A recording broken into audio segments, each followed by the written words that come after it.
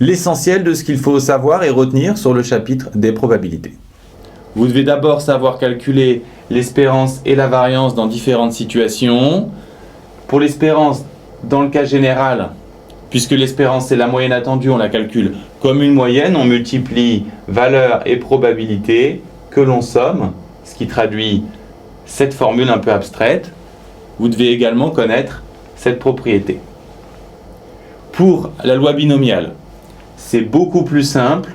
Nos problèmes, NP, où N le nombre de répétitions et P la probabilité du succès. L'espérance, on vous la demande très souvent, donc vous devez déjà connaître ces formules. La variance est un peu plus rare, donc méfiez-vous. La variance, elle mesure l'étalement des valeurs. Vous devez connaître la formule générale, une propriété, ainsi que la variance pour la loi binomiale, NP fois 1 moins P. Vous devez également maîtriser la loi binomiale. C'est une expérience à 2 issues qui est répétée plusieurs fois, avec des succès ou des échecs.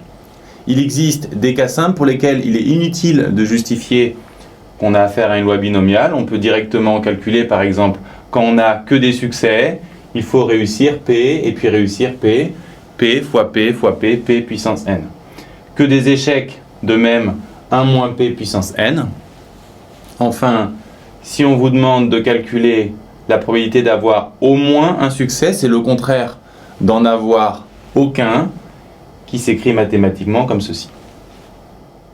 Dans les autres cas, il faut appliquer la formule de la loi binomiale. La probabilité d'obtenir K succès, c'est la probabilité du succès puissance K, la probabilité de l'échec puissance le nombre d'échecs, multiplié par une combinaison, car les succès ne sont pas tous au début, on l'a vu.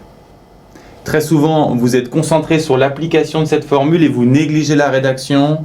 Attention, la loi binomiale, c'est 3 hypothèses, une expérience à 2 issues, répétée à l'identique, dont les résultats sont indépendants. Et il faut également préciser les paramètres et la variable, N, P et X, N, le nombre de répétitions, P, la probabilité du succès, et X, le nombre de succès. Dans les exercices, vous aurez besoin de l'espérance et de la variance.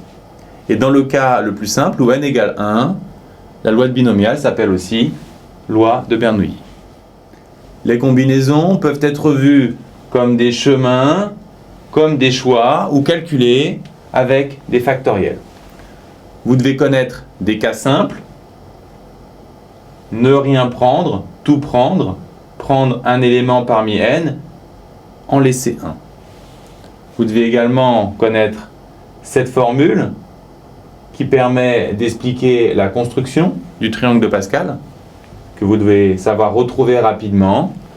Vous devez également savoir l'utiliser pour calculer et développer des expressions en puissance.